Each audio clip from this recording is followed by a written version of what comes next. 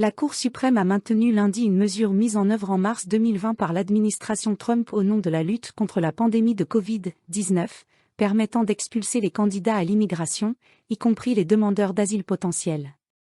Selon les militants des droits humains et les experts, le Title 42 est une violation des lois internationales. Au total, 557 morts ont été recensés à la frontière avec le Mexique en 2021. La bataille judiciaire se poursuit.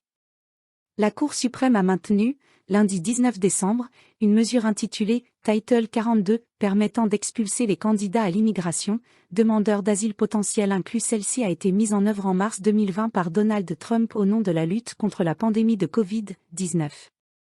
Une ordonnance signée par le président de la Cour suprême, John Roberts, a suspendu sa suppression. En mars 2020, le gouvernement de l'ex-président Donald Trump avait activé ce dispositif sanitaire pour pouvoir expulser sans délai les candidats à l'immigration interpellés aux frontières terrestres. Cette mesure était immédiate, ne permettait pas de recours légal et ne prévoyait pas de retour automatique dans le pays d'origine. Ce dispositif devait initialement prendre fin le 23 mai, mais un juge de Louisiane avait bloqué sa levée. Le 15 novembre, un juge fédéral de Washington a au contraire exigé du président Joe Biden qu'il mette fin aux expulsions prévues par ce dispositif. La levée du Title 42 était prévue ce lundi avant minuit.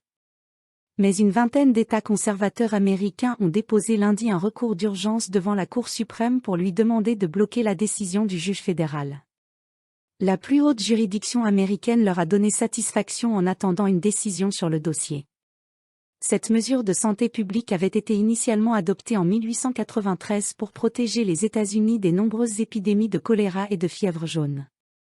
Elle n'a été que très rarement mise en œuvre depuis.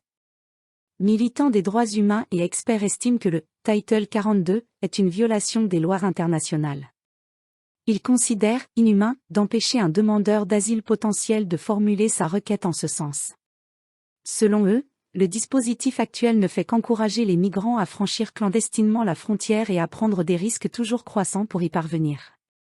Au total, 557 morts ont été recensés à la frontière avec le Mexique en 2021, l'année de loin la plus meurtrière depuis l'établissement de statistiques, en 1998.